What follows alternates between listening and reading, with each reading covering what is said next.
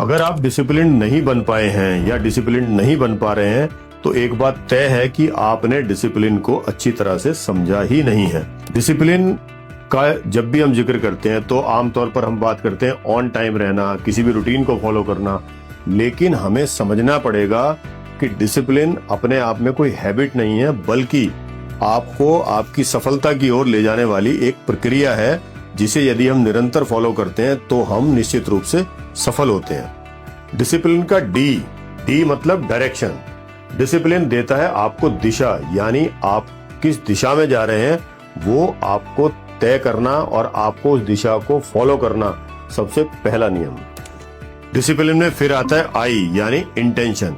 सीधी सी बात है, यदि आपकी इंटेंशन सही है और जिस दिशा में आप जा रहे हैं, जिस सफलता की दिशा में या जिस काम की भी दिशा में आप जा रहे हैं, उसके प्रति, उस काम के प्रति आपकी जो इंटेंशन है वो बिल्कुल क्लियर पिक्चर होनी चाहिए आपके माइंड में। डिसिप्लिन का थर्ड लेटर आता है एस यानी सेल्फ रेस्पेक्ट, आत्मसम्मान।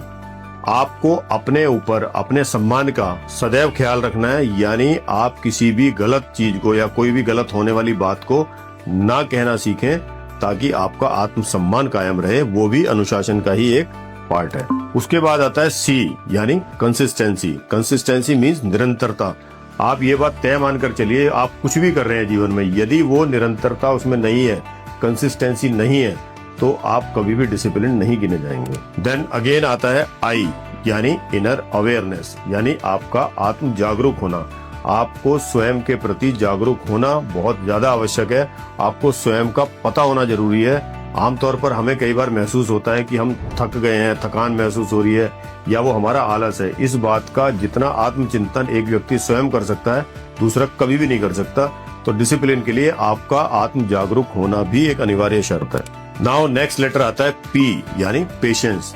यदि आपके किए हुए कार्यों का रिजल्ट नहीं आ रहा है, परिणाम नहीं आ रहा है, तब भी आपको धैर्य रखना भी एक डिसिप्लिन का ही पार्ट है। यदि आप डिसिप्लिन्ड हैं तो निश्चित रूप से पेशेंस आपके अंदर एक अनिवार्य गुण होना चाहिए। नाउ द सेवंथ लेटर आता है एल यानी लिमिटेशन। आपको हर चीज की लिमिटेशन, सीमाएं पता होनी चाहिए, चाहे वो आपकी क्षमता हो, आपके द्वारा किए जाने वाले कार्य या आपके द्वारा निर्धारित किया हुआ लक्ष्य।